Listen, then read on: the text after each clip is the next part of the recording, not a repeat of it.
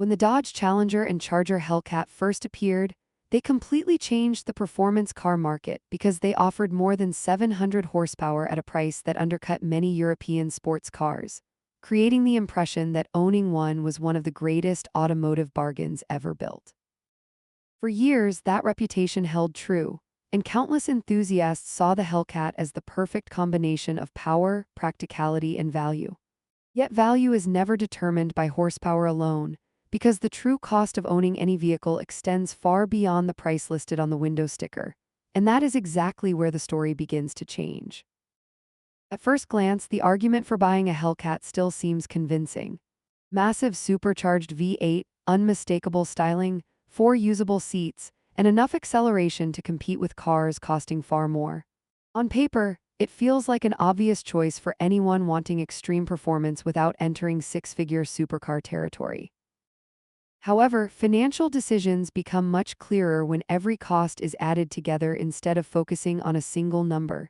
And this broader perspective reveals why the Hellcat has become much harder to justify than it once was. The first factor is insurance, which has quietly become one of the largest ownership expenses. High horsepower has always increased premiums, but the Hellcat carries another burden that many buyers underestimate. It has become one of the most frequently stolen performance cars in America, forcing insurers to price that additional risk into their policies. Depending on location, age, and driving history, annual insurance costs can reach several $1,000s, transforming what once felt like an affordable performance bargain into a vehicle with an ongoing financial commitment that rivals a second car payment. Fuel is another expense that rarely receives enough attention. A supercharged 6.2-liter V8 was never designed with efficiency in mind, and while most buyers understand that before making a purchase, the long-term mathematics often remain surprisingly overlooked.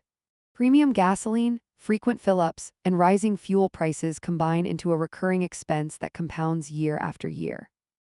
The difference between filling up a high-performance muscle car and a reasonably efficient daily driver may appear manageable over a single week, but over several years, it can represent thousands of dollars that quietly disappear without improving the ownership experience. Maintenance follows a similar pattern. High-performance tires wear faster because of the vehicle's power and weight. Larger brakes cost more to replace. Premium oil changes require specialized products, and every performance-oriented component generally carries a higher replacement cost than standard vehicles. None of these expenses are unusual on their own, but together they create a financial system where almost every routine service costs noticeably more than owners initially expect. There is also the psychological side of ownership. Many enthusiasts naturally focus on the excitement of acceleration, the sound of the supercharger, and the emotional satisfaction of driving something iconic. Those experiences are completely real, but our brains tend to emphasize the moments of excitement while minimizing recurring expenses that arrive gradually over months and years. Behavioral economists often describe this as present bias, where immediate rewards receive greater attention than future costs, even when those future costs eventually become much larger than expected. Another important shift involves the market itself. During periods of limited production and strong demand, many people began viewing Hellcats as appreciating assets or collectible investments. While certain rare editions may indeed maintain strong values, assuming that every Hellcat will appreciate is a very different conclusion. Collectability depends on production numbers, condition, mileage, future demand, and broader economic conditions. Buying a performance car primarily because it might increase in value introduces uncertainty that many buyers underestimate.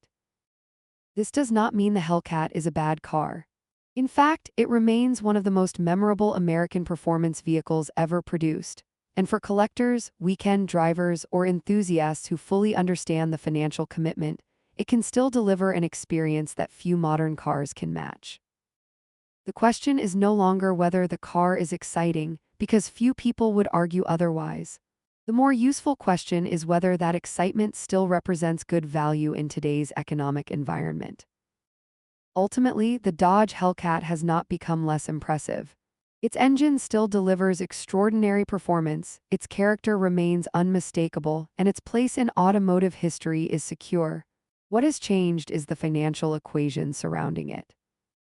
Rising insurance costs, Higher financing expenses, increasing ownership costs, and changing market conditions have shifted the mathematics in ways that many buyers fail to consider until after the purchase. Looking beyond horsepower and considering the entire system of ownership reveals a simple conclusion. The Hellcat may still be an incredible machine, but for many drivers in today's America, it is no longer the bargain it once appeared to be.